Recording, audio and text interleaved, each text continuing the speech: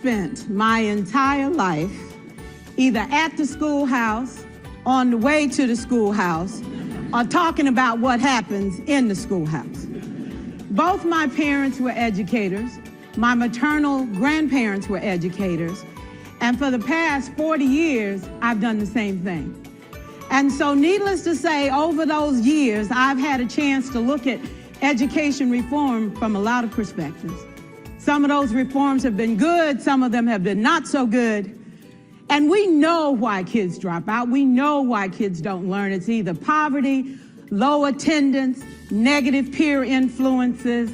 We know why. But one of the things that we never discuss, or we rarely discuss, is the value and importance of human connection. Relationships. James Comer says that no significant learning can occur without a significant relationship. George Washington Carver says all learning is understanding relationships. Everyone in this room has been affected by a teacher or an adult. For years, I have watched people teach. I have looked at the best and I've looked at some of the worst. A colleague said to me one time, they don't pay me to like the kids. They pay me to teach a lesson. The kids should learn it. I should teach it, they should learn it, case closed.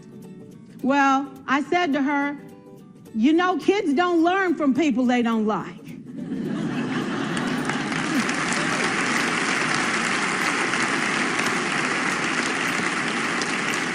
She said, that's just a bunch of hooey. And I said to her, well, your year is gonna be long and arduous, dear. Needless to say, it was. Some people think that you can either have it in you to build a relationship or you don't. I think Stephen Covey had the right idea. He said you ought to just throw in a few simple things, like seeking first to understand as opposed to being understood. Simple things like apologizing. You ever thought about that? Tell a kid you're sorry, they're in shock. I taught a lesson once on ratios. I'm not real good with math, but I was working on it. And I got back and looked at that teacher edition. I taught the whole lesson wrong.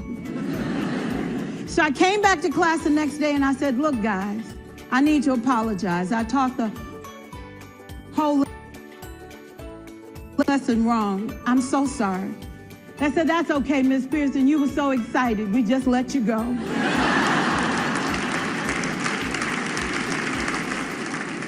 I have had classes that were so low, so academically deficient that I cried.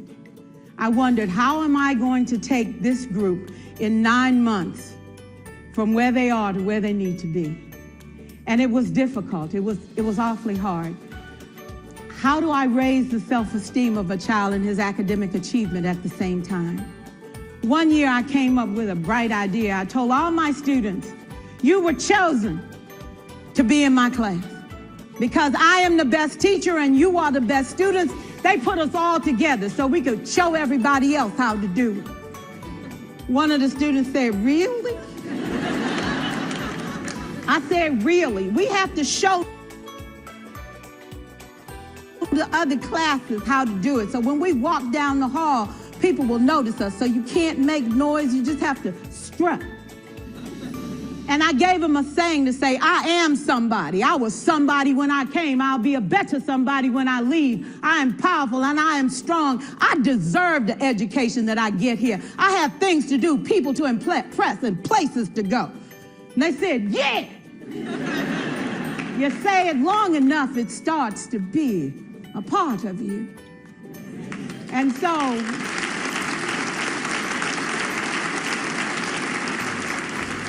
I gave a quiz, 20 questions. Student missed 18. I put a +2 on this paper and a big smiley face. He said, Miss Pearson, is this an F? I said, yes. He said, then why'd you put a smiley face? I said, because you on the roll. You got 2 right, you didn't miss them all. I said, and when we review this, won't you do better? He said, yes, ma'am, I can do better. You see, Minus 18 sucks all the life out of you. Plus 2 said I ain't all bad.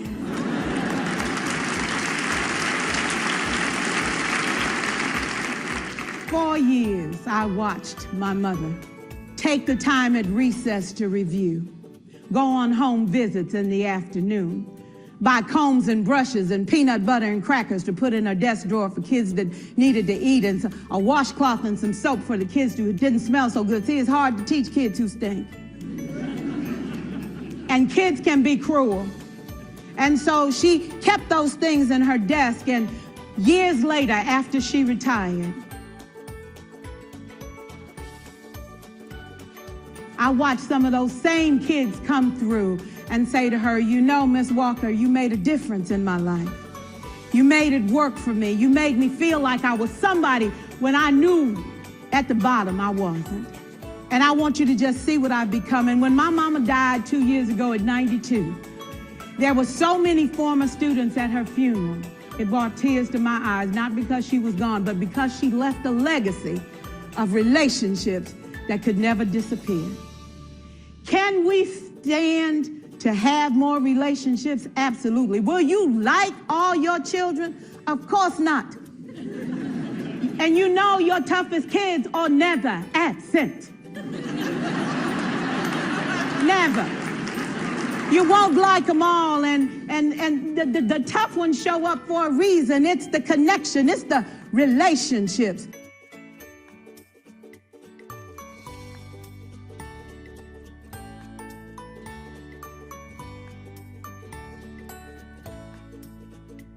And while you won't like them all, the key is they can never, ever know it. So teachers become great actors and great actresses, and we come to work when we don't feel like it, and we listen to policy that doesn't make sense, and we teach anyway. We teach anyway because that's what we do. Teaching and learning should bring joy.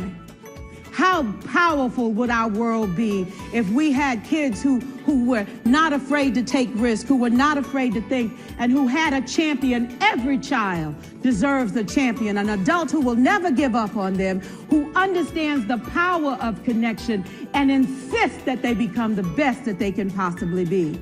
Is this job tough? You betcha. Oh, God. You betcha. But it is not impossible. We can do this. We're educators. We're born to make a difference. Thank you so much.